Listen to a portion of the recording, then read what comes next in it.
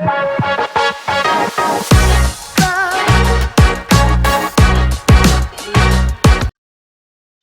Friends, இன்னைக்கு இந்த வீடியோவில் நம்ம எதை பார்க்க போகிறோம் அப்படின்னா, பிஎட் ட்ரைனிங்கில் என்னோட எக்ஸ்பீரியன்ஸை தான் நான் வந்து இந்த வீடியோவில் நான் ஷேர் பண்ண போகிறேன்.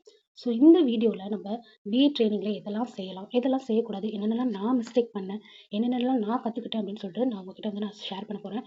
அந்த ஷேரிங்கில் நீங்கள் கொஞ்சமாவது ஏதாவது ஒரு விஷயமாவது நீங்கள் கற்றுக்கலாம். ஸோ ஃபர்ஸ்ட் ஒன்று வந்து என்ன அப்படின்னா, நம்ம ஸ்கூலுக்கு வந்து கரெக்டாக டைமுக்கு போகணும். ஓகே, நம்ம கரெக்டாக டைமுக்கு போகணும். நம்ம வந்து பங்க்சுவாலிட்டி வந்து நம்ம வந்து மெயின்டைன் பண்ணணும். ஏன்னா நம்ம அங்கே போகும்போது 2 விதமாக நம்ம வந்து போகிறோம். ஒன்று வந்து டீச்சர்ஸாக போகிறோம். ஸ்டூடெண்ட்ஸ் அங்கே படிக்கிற ஸ்டூடெண்ட்ஸ்க்கு நம்ம வந்து டீச்சர்ஸாக போகிறோம். இன்னொன்று வந்து என்ன அப்படின்னா, ஸ்டூடெண்ட்டாக போகிறோம். யாருக்கு அப்படின்னா, அங்கே வேலை செய்கிற டீச்சர்ஸ்க்கு. அந்த டீச்சர்ஸ்க்கு நம்மளோட கைடுக்கு நம்ம வந்து ஸ்டூடெண்ட்ஸ் மாதிரி தான். ஸோ ஸ்டூடெண்ட்ஸாக வந்து நம்ம வந்து போகணும். ஃபர்ஸ்ட்டு அங்கே போகும்போது பங்க்சுவாலிட்டி மெயின்டைன் பண்ணணும்னு சொல்லிட்டேன். நெக்ஸ்ட் வந்து என்ன அப்படின்னா, நம்மளோட யூனிஃபார்ம் வந்து கரெக்டாக இருக்கணும். நம்ம வந்து எப்படி நம்ம பிஎட் ட்ரெயினிங்கில் நம்ம எப்படி போகணுமோ அதே மாதிரி தான் போகணும். பூவெலாம் நிறையா வச்சுக்கக்கூடாது. அண்ட் நாங்கள் போன ஸ்கூலில் வந்து பூ allowed but not very much அப்படின்னு சொல்லலாம். ரொம்ப காமிக்கக்கூடாது, பூவை வச்சுக்கக்கூடாது. அண்டு ரொம்ப வழியில் ரொம்ப ஜல் ஜல்லுன்னு அந்த சவுண்டு, கொலுசு சத்தம், ஸோ அதெல்லாம் வந்து அவாய்ட் பண்ண சொல்லிட்டாங்க எங்கள் ஏஹெச்எம். ஸோ ஸ்டூடெண்ட்னா ஸ்டூடெண்ட் மாதிரி வாங்க, ஒரு வாட்ச், ஒரு சிம்பிள் ஒரு வளையல் அந்த மாதிரி வாங்க அப்படின்ட்டாங்க. அண்ட் நெக்ஸ்ட் ஒன் வந்து என்ன அப்படின்னா, மொபைல் வந்து அந்த இன்டர்வல் டைம், லஞ்ச் டைம் அப்போ தான் நம்ம வந்து யூஸ் பண்ணணும். கிளாஸ் ரூம்குள்ளே மொபைல் அலவுடே இல்லை. மொபைல் எடுத்துகிட்டு போகவே கூடாது. அது ரொம்ப மெயின். ஏன்னா பசங்க வந்து ஸ்டூடெண்ட்ஸ் ஆர் ஆல்வேஸ் ஸ்டூடெண்ட்ஸ். ஏன் அப்படின்னா, நம்மள வந்து ஃபஸ்ட்டு டீச்சர்ஸாகவே நினைக்க மாட்டாங்க. அவங்களுக்குள்ள, அதாவது அவங்க வீட்டில் எப்படி ஒரு அண்ணா அக்கா இருப்பாங்களோ அதே மாதிரி தான் நம்மளையும் நினைப்பாங்க. நம்மளை வந்து ஒரு டீச்சர்ஸாகவே மதிக்க மாட்டாங்க. ஃபர்ஸ்ட் டைம் நம்ம உள்ளே போகும்போது நம்மளுக்கு ஒரு குட் மார்னிங் சொல்ல மாட்டாங்க, சும்மா கலாய்ப்பாங்க. ஓகே, ஸோ அந்த மாதிரிலாம் நிறைய இருக்கும். அதெல்லாம் நம்ம வந்து ஃபேஸ் பண்ணணும். ஸோ நம்ம அங்கே உள்ளே போன உடனே நம்ம என்ன பண்ணக்கூடாது அப்படின்னா, மொபைல் வந்து அவங்க கண்ணு முன்னாடி நம்ம யூஸ் பண்ணக்கூடாது. ஏன்னா நம்ம என்ன யூஸ் பண்ணுறோன்னு எப்படியாவது என்ன யூஸ் பண்ணுறோன்னா எப்படியாவது பார்த்துருவாங்க அவங்க. இன்னும் வந்து என்ன அப்படின்னா, இந்த டீச்சர், இந்த அக்கா வந்து மொபைல் யூஸ் பண்ணுறாங்க அப்படின்ட்டு யார்கிட்டயாவது போட்டு கொடுக்கலாம்.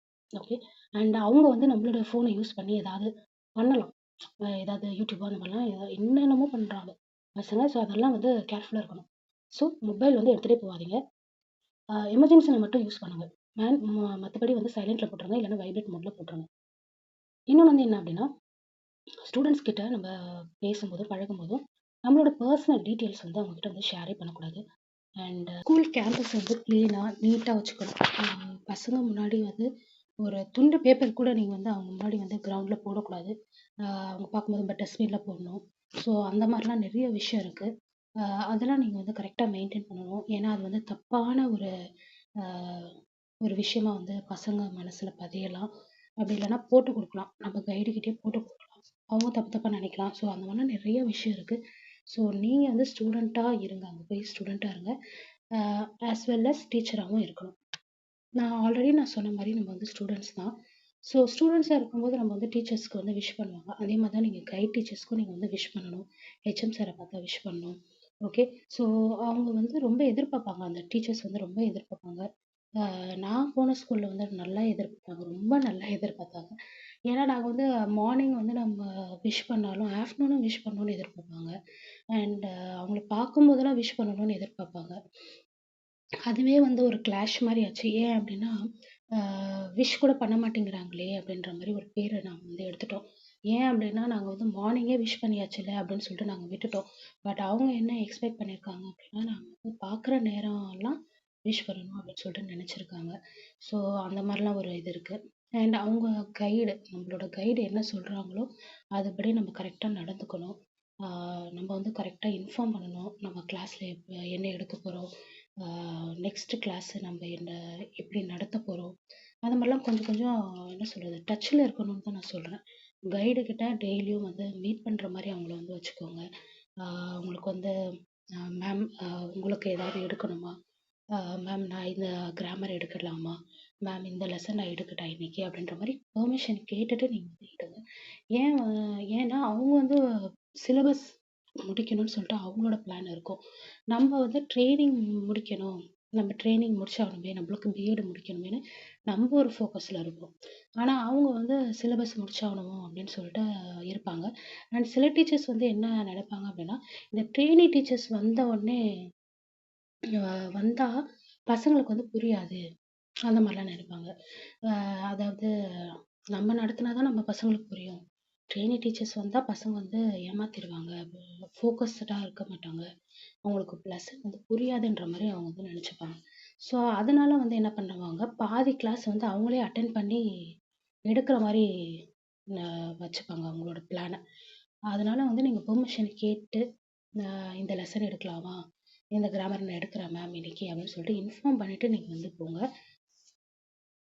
இன்னொன்னு வந்து என்ன அப்படின்னா, நான் சொன்ன மாரி நம்ம ஸ்டூடண்ட்ஸ்ன்னு நம்ம சொன்னோம். ஸோ ஸ்டூடண்ட்ஸ் மாரியே போங்க. ஆ சிம்பிளா ஒரு வாட்ச், சிம்பிளா ஒரு வளையல். ஸோ அந்த மாரி கொண்டைய போட்டுட்டு, அந்த மாரி போங்க. டீசென்ட்டா, நீட்டா இருங்க. அவ்வளோதான் நான் சொல்றது. நெக்ஸ்ட் ஒன் வந்து என்ன அப்படின்னா, நம்மளோட கைடு. நான் சொன்ன மாரி விஷ் பண்ணணும். அவங்களுக்கு டெய்லியும் இன்ஃபார்ம் பண்ணணும். அண்ட் அவங்க லீவ் எடுத்த டைம்ல நீங்க தான் அந்த கிளாஸ வந்து மெயின்டெயின் பண்ணணும், பார்த்துக்கணும். அது 2 ஹவர் கிளாஸா இருந்தாலும் பரவால்ல. ஆ நீங்க தான் வந்து அந்த 2 பீரியடும் நீங்க தான் வந்து மெயின்டெயின் பண்ணணும். கரெக்ட்டா அந்த டைம்க்கு வந்து நீங்க போயிடணும். Next class room. கிளாஸ் ரூம்குள்ள நீங்க உள்ள போயிட்ட உடனே நீங்க என்ன பண்ணணும் அப்படின்னா, புக்கோட போணும். புக் இல்லாம நீங்க வந்து போவே கூடாது. புக்கோட தான் நீங்க போணும். ஸோ கரெக்ட் டைம்க்கு நீங்க வந்து போயிரணும். கரெக்ட் டைம்க்கு நீங்க வந்து கிளாஸ் ரூம் விட்டு வெளியில வந்துரணும். ஏன்னா, ஆ நான் ஒரு வாட்டி என்ன ஆச்சு அப்படின்னா, நான் வந்து கிளாஸ் நடத்திட்டு இருக்கும்போது நான் வந்து கிராமர் நடத்தினேன். கிராமர் நடத்திட்டு இருக்கும்போது, என்னோட அவர் வந்து முடிஞ்சிருச்சு. ஸோ முடிஞ்சிட்ட உடனே நான் என்ன பண்ணிட்டேன்னா, ஆ நெக்ஸ்ட் கிளாஸ் வந்து சயின்ஸ் கிளாஸ். அந்த சயின்ஸ் கிளாஸ்ல வந்து ஒரு 5 மினிட்ஸ் வந்து நான் வந்து எடுத்துக்கிட்டேன். பட் எனக்கு தெரியல வந்து சார் வந்து வெளியில நின்னுட்டு இருக்காங்கன்னு எனக்கு தெரியல. ஸோ அந்த டைம வந்து நான் வந்து சரி பசங்களுக்கு ஃபினிஷிங் பண்ற டைம்ல வந்து இப்படி ஆயிடுச்சு அப்படின்ட்டு, நான் என்ன பண்ணிட்டேன் எக்ஸ்ட்ராவா வந்து நான் வந்து டைம் வந்து எடுத்துட்டு, நான் வந்து பசங்களுக்கு வந்து நான் வந்து எக்ஸ்பிளைன் பண்ணேன். அந்த எக்ஸ்பிளைன் பண்ண டைம் அவங்க வந்து நோட் பண்ணி பார்த்துக்கிட்டு, என் கைடு கிட்ட வந்து சொல்லிட்டாங்க. ஏன் அப்படின்னா, ஆ என்னோட டைம வந்து அவங்க எப்படி எடுத்துக்கலாம் அப்படின்ற மாரி பேசிட்டாங்க. அதுக்கப்புறம் நான் வந்து சாரி கேட்டுட்டு, ஆ அதுக்கு முன்னாடியே 5 மினிட்ஸ்க்கு முன்னாடியே முடிக்கிற மாரி நான் வந்து பார்த்துக்கிட்டேன். ஸோ என்னதான் நீங்க வந்து முடிக்கிறதா இருந்தாலும், அத 5 மினிட்ஸ்க்கு முன்னாடி முடிக்கிற மாரி வந்து நீங்க பார்க்கணும். அந்த 5 மினிட்ஸ்க்கு வந்து முன்னாடி முடிக்கிற மாரி நீங்க வந்து பாருங்க. சப்போஸ் உங்களுக்கு வந்து இன்னும் எக்ஸ்ட்ராவா டைம் தேவைப்படுது அப்படின்னா, நீங்க வந்து அ அடுத்த நாள் வந்து நீங்க வந்து என்ன பண்ணலாம் அப்படின்னா, அத வந்து கன்டின்யூ பண்ற மாரி வந்து பண்ணலாம். மத்தவங்களோட ஹவர வந்து நீங்க வந்து எடுக்காத மாரி நீங்க பார்த்துக்கோங்க. நெக்ஸ்ட் ஒன் வந்து என்ன அப்படின்னா, உங்களோட கிளாஸ் ரூம கிளீனா வச்சுக்க சொல்லி உங்க ஸ்டூடண்ட்ஸ் கிட்ட வந்து நீங்க சொல்லணும். ஆ நீங்களும் வந்து குப்பை போடாத மாரி பார்த்துக்கணும். நெக்ஸ்ட்டு நீங்க வந்து கம்ப்ளீட் யூனிஃபார்ம்ல போணும். இன்னொன்னு வந்து உங்களோட டெய்லி டாஸ்க் அத வந்து கம்ப்ளீட்டா முடிச்சிருக்கணும். டெய்லியும் கிளாஸ் ரூமுக்கு வர மாரி பார்த்துக்கோங்க. நீங்களும் டெய்லியும் ஆ ஸ்கூலுக்கு வர மாரி நீங்க வந்து பார்த்துக்கோங்க. நெக்ஸ்ட் ஒன் வந்து என்ன அப்படின்னா, டீச்சர் ரிசோர்ஸஸ். அதாவது நீங்க ஒரு லெசன் எடுக்குறீங்க அப்படின்னா, அதுக்கு கரெக்ட்டா அந்த கன்டென்ட் எங்கெல்லாம் நீங்க வந்து சர்ச் பண்ணி அது கரெக்ட்டா இருக்கோ, அந்த மாரி கன்டென்ட் தான் நீங்க பசங்க கிட்ட வந்து நீங்க வந்து சொல்லணும்.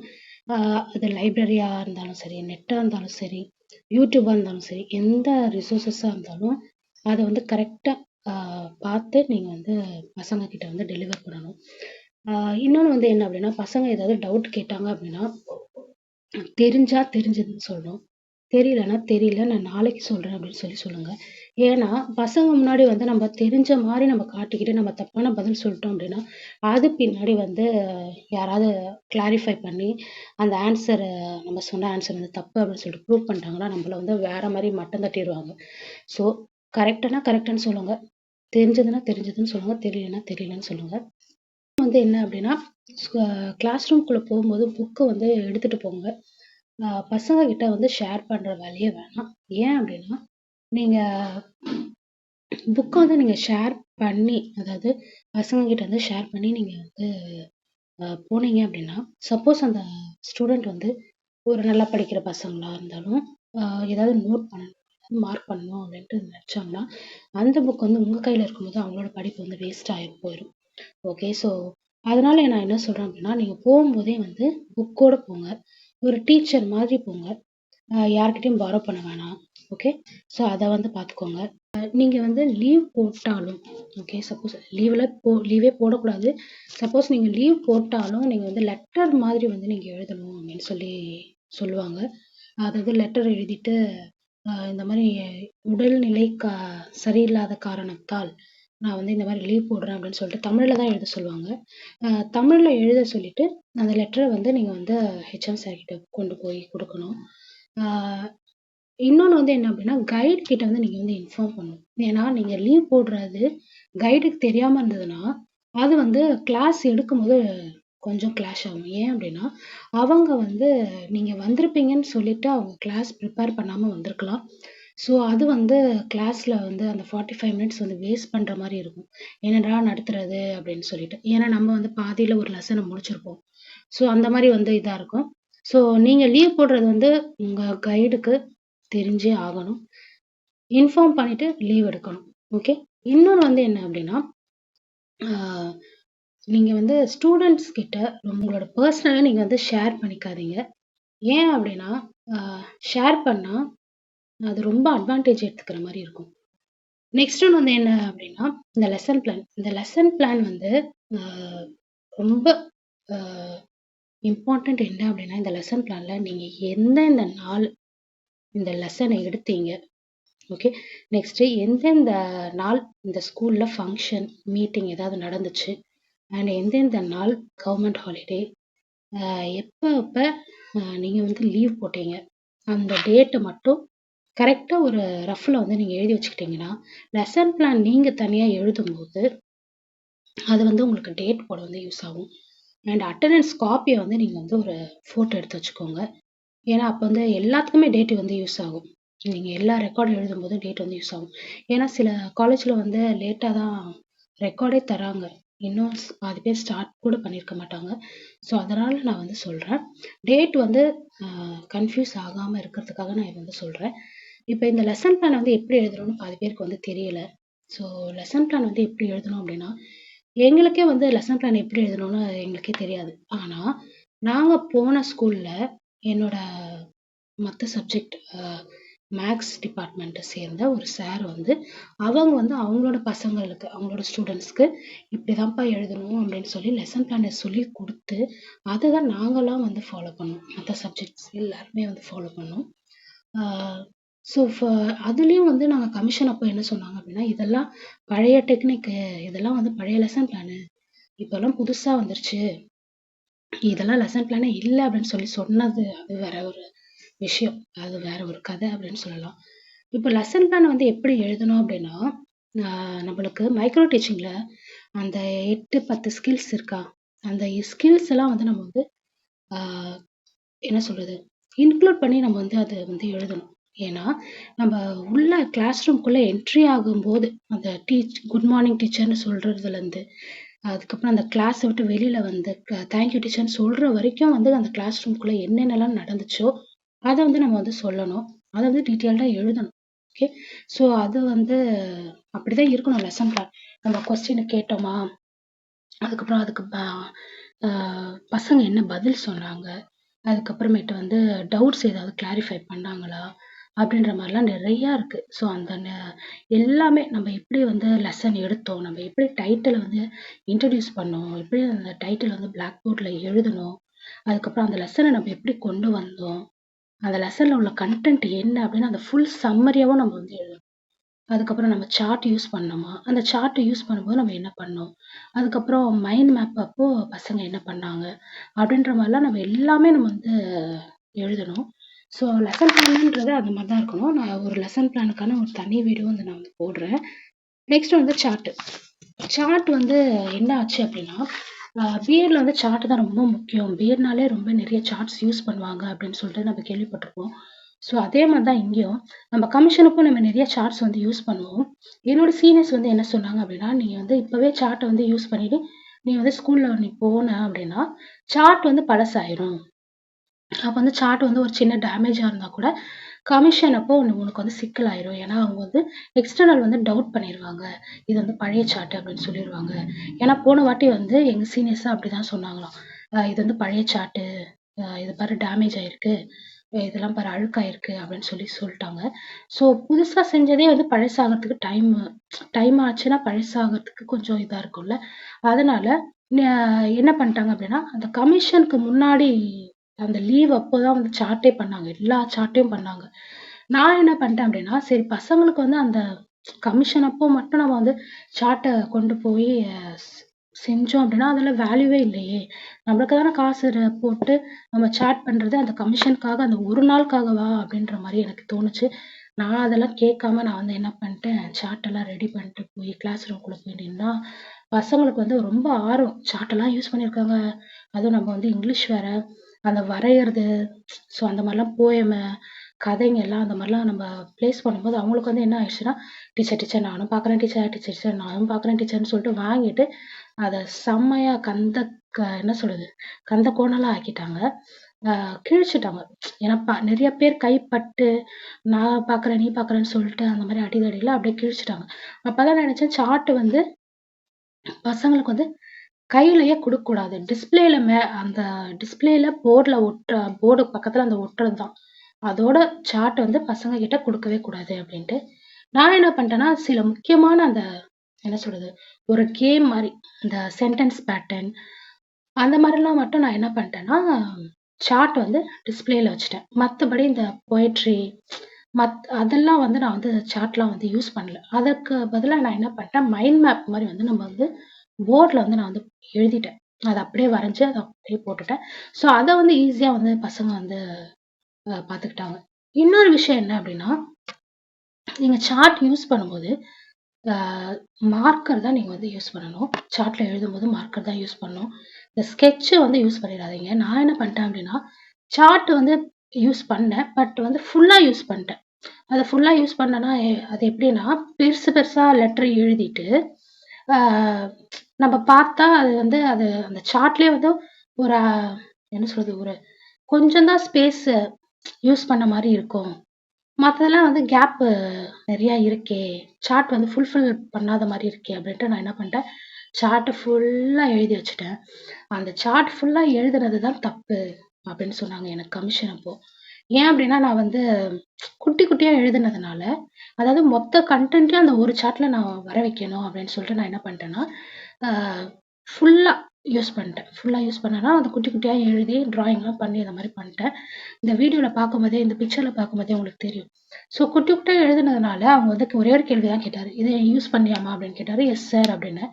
அப்பதான் சொன்னேன், "அந்த லாஸ்ட் ரோக்குலாம் தெரிஞ்சதா? லாஸ்ட் ரோல உள்ள பசங்களுக்குலாம் தெரிஞ்சதா இது?"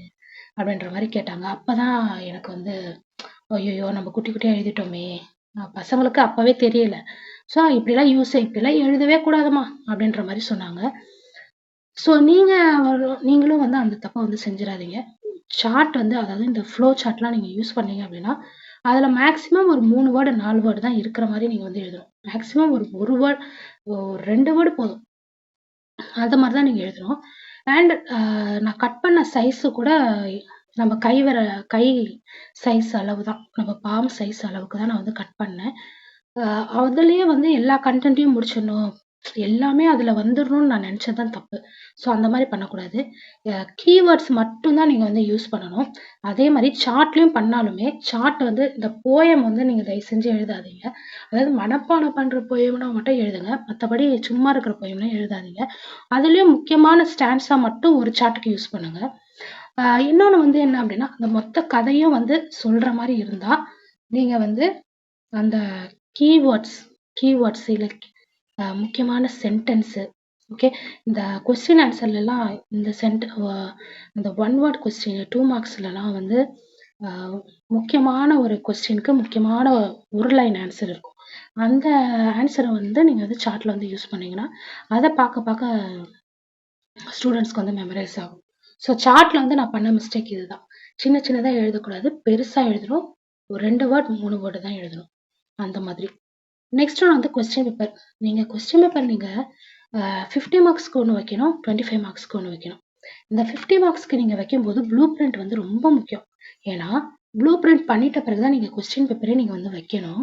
ஆ ப்ரிப்பேர் பண்ணணும். ஓகே.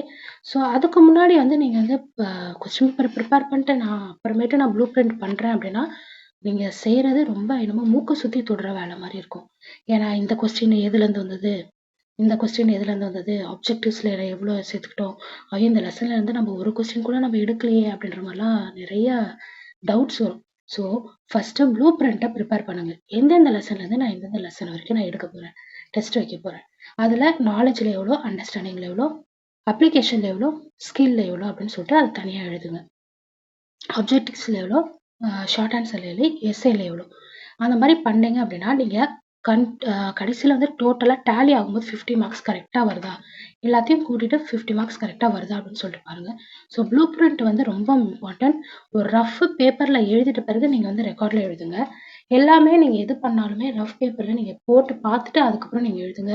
ஏன்னா, நம்ப அத அழிச்சு அழிச்சு பண்ணோம் அப்படின்னா, அந்த பேப்பரும் ஸ்பாயில் ஆயிரும். நம்ம அது ஓல்டு ரெக்கார்டுன்னு கூட சொல்றதுக்கு வாய்ப்பு இருக்கு. சப்போஸ் இந்த பேஜ திருப்பு அப்படின்னா, இதெல்லாம் இப்படிலாம் அழிச்சு அழிச்சு எழுதியிருக்கேன். இது என்ன ஓல்டு ரெக்கார்டா? அப்படின்ற மாரிலாம் கொஸ்டின் கேட்கறதுக்கு வாய்ப்பு இருக்கு. நெக்ஸ்ட் ஒன் வந்து என்ன அப்படின்னா, இந்த ரெக்கார்ட் எழுதும்போது ஒன்ஸ் நீங்க தான் எழுதுறீங்க அப்படின்னா, நீங்களே ஃபினிஷ் பண்ணி முடிச்சிடணும். அத ஃபுல்லா. இந்த அக்கா எழுதுறாங்க, அண்ணா எழுதுறாங்க அப்படின்னு சொல்லிட்டு, உங்களோட ரெக்கார்ட உங்களோட ஹேண்ட் ரைட்டிங்க தவிர்த்து மத்த ஹேண்ட் ரைட்டிங் கிட்ட குடுக்காதீங்க. யார்கிட்டயும் குடுக்காதீங்க. அதுலயும் நம்ம வந்து மாட்டிக்கலாம். நெறைய பேர் வந்து அப்படிதான் பண்றாங்க. எனக்கு கை வலிக்குது அப்படின்னு சொல்லிட்டு, ரிலேஷன்ஸ் கிட்ட குடுத்து, சிப்லிங்ஸ் கிட்ட குடுத்து எழுத வைக்கிறாங்க. ஆனா, அதுல வந்து மாறுபடுறது அவங்களுக்கு வந்து தெரியல. ஆனா கமிஷன் அப்ப அவங்க கண்டிப்பா மாட்டுவாங்க. நெக்ஸ்ட் ஒன் வந்து என்ன அப்படின்னா, கொஸ்டின் பேப்பர் நீங்க பண்ணும்போது ஏ4 ஷீட்ல லேண்ட்ஸ்கேப்ல எடுக்கணுமா? இல்ல ஹாரிசான்டல்ல எடுக்கணுமா? அப்படின்னு சொல்லிட்டு நீங்க பார்த்துக்கோங்க. வெர்டிகல் எடுக்கணுமா? அப்படின்ட்டு. ஸோ நீங்க அத வந்து அ எடுக்கும்போது, அது 50 மார்க்ஸ்க்கு அ கரெக்ட்டா இருக்கா? ஸ்பெல்லிங் கரெக்ட்டா இருக்கா? அப்படின்னு சொல்லிட்டு பார்த்துக்கோங்க. ஆப்ஷன்ஸ் கரெக்ட்டா இருக்கா? அப்படின்னு சொல்லிட்டு பார்த்துக்கோங்க.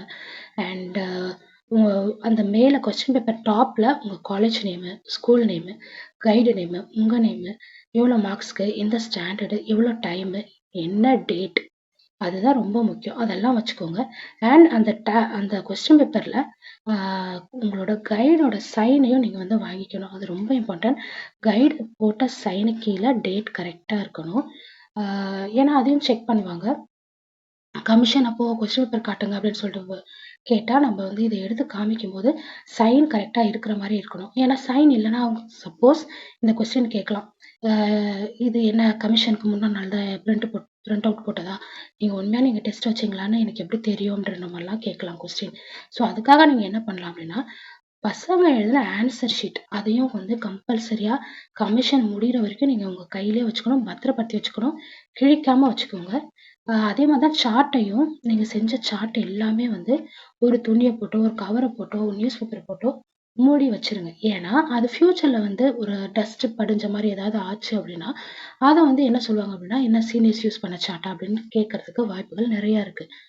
நெக்ஸ்ட் ஒன் வந்து என்ன அப்டின்னா, டெஸ்ட் அண்ட் மார்க். சில பேர் வந்து என்ன பண்ணிட்டாங்க அப்டின்னா, இந்த டெஸ்ட் வச்சுட்டு அதுக்கப்புறம் மார்க் வந்து அவங்க பேப்பர் கரெக்ட் பண்ணாம, எல்லா மார்க்கையும் அதாவது அந்த டெஸ்ட் அண்ட் மெஷர்மென்ட் ரெக்கார்ட்ல எல்லா மார்க்கையும் போட்டுட்டு, அதுக்கு தகுந்த மாதிரி இவங்க வந்து என்ன பண்ணிட்டாங்க, அவங்களோட பேப்பர்ல வந்து மாத்திக்கிட்டாங்க சில பேர்.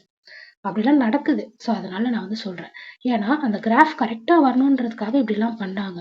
ஆனா, நீங்க என்ன பண்றீங்க அப்படின்னா, டெஸ்ட்டு வைக்கிறதுக்கு முன்னாடி பசங்க கிட்ட ஒரு ரிவிஷன் மாரி நீங்க வச்சிடலாம். ஆனா, இதுதான் கொஸ்டின் பேப்பர்ன்னு நீங்க ரிவீல் பண்ணாம, பசங்க கிட்ட வந்து இந்த கொஸ்டின்ல உங்களுக்கு ஆன்சர் தெரியுமா? நம்ம ஒரு கேம் மாரி விளையாடலாம். ஒரு ஆக்டிவிட்டி மாரி விளையாடலாம் அப்படின்னு சொல்லிட்டு, கிளாஸ 2ஆ டிவைட் பண்ணிட்டு, நீங்க வந்து உங்களோட கொஸ்டின் பேப்பர ரஃப்ல கொஞ்சம் எழுதிட்டு அத வந்து உங்க கிளாஸ்க்கு வந்து நீங்க வந்து ரிவிஷன் குடுக்கலாம். ரிவிஷன் குடுக்கும்போது பசங்க கிட்ட ஓரலா சொன்னீங்க அப்டின்னா, அதெல்லாம் ஓரலா கேட்டீங்க அப்டின்னா, அது வந்து அவங்களுக்கு வந்து யூஸ்ஃபுல்லா இருக்கும். அண்ட் அத வந்து மெமரைஸ் பண்ண மாரி இருக்கும். ஸோ அதே நீங்க வந்து கொஸ்டின் பேப்பரா வந்து டெஸ்ட்டுக்கு காமிச்சீங்க அப்டின்னா, அதுதான் இதெல்லாம் நம்ம படிச்சது தானே அப்டின்னு சொல்லிட்டு, ஈவன் த ஸ்லோ லேர்னர்ஸ் அவங்க கூட வந்து ஈஸியா எழுதுவாங்க. அண்ட் இன்னொன்னு வந்து என்ன அப்டின்னா, இந்த ஸ்லோ லேர்னர்ஸ்க்கு வந்து நீங்க சில பேர் வந்து அ எழுதிருவாங்க. சில பேரால எழுத முடியாது. படிச்சிருக்க மாட்டாங்க. இல்லன்னா அவங்களால மெமரைஸ் பண்ண முடியாது. ஸோ அந்த மாரி பிள்ளைங்களுக்கு சில பேர் என்ன பண்ணுவாங்க அப்டின்னா, நல்லா படிக்கிற பசங்களோட பேப்பர் எடுத்து, "நீ இத எழுது. நான் எப்படியாவது இத கம்ப்ளீட் பண்ணிடணும். எனக்கு டெஸ்ட் இதெல்லாம் வருது. என்னோட கமிஷனு, என்னோட ரெக்கார்டு இதெல்லாம் நான் முடிக்கணும்." அப்படின்னு சொல்லிட்டு பார்த்து எழுத வச்சுருவாங்க. ஓகே. ஸோ அது வந்து சில பேர் அந்த டைம்க்கு என்ன பண்றதுன்னு தெரியாம என்ன பண்ணுவாங்க, பசங்கள எல்லாருமே ம ஓப்பன் புக் டெஸ்ட் மாரி வந்து வைக்க சொல்லி எழுதிருவாங்க. ஏன்னா, அவங்களுக்கு வேல்யூ ஆகணும்ல. அந்த ட்ரெய்னி டீச்சர்ஸ்க்கு வேல்யூ ஆகணும்னு சொல்லிட்டு அந்த மாரி பண்ணுவாங்க. அந்த மாரி பண்ணாதீங்க. ஏன் அப்டின்னா, நம்மளோட பேரு, நம்மளோட காலேஜ் நேம் எல்லாமே கெட்டு போகும். இன்னொன்னு வந்து என்ன அப்டின்னா, அ மத்த கைட் டீச்சர்ஸ் வந்து நம்மள பார்த்தாங்க அப்டின்னா, அ அது வந்து கொஞ்சம் ஆக்வர்டா இருக்கும். ஓகே. ஸோ என்னடா இது! இத இப்டி பண்றாங்களே இந்த பசங்க அப்டின்ற மாரிலாம் இருக்கும். ஸோ டெஸ்ட் வைக்கிறீங்களா நேர்மையா வைங்க. சப்போஸ் மார்க் கம்மியா இருந்தாலும், நீங்க வந்து அந்த பிள்ளைக்கு ரீடெஸ்ட் வைங்க. ரீடெஸ்ட் வச்சு அந்த பிள்ளைய எப்டியாவது இது பண்ணுவீங்க. பாஸ் பண்ணுவீங்க. நெக்ஸ்ட் ஒன் வந்து டெஸ்ட் அண்ட் மெஷர்மென்ட்ல வந்து நீங்க வந்து கரெக்ட்டா அந்த கிராஃப் வருதா அப்டின்னு சொல்லிட்டு பாருங்க. நெகட்டிவ்ல அந்த பாயிண்ட் அந்த வேல்யூ வந்து வரக்கூடாது அப்டின்னு சொல்லுவாங்க.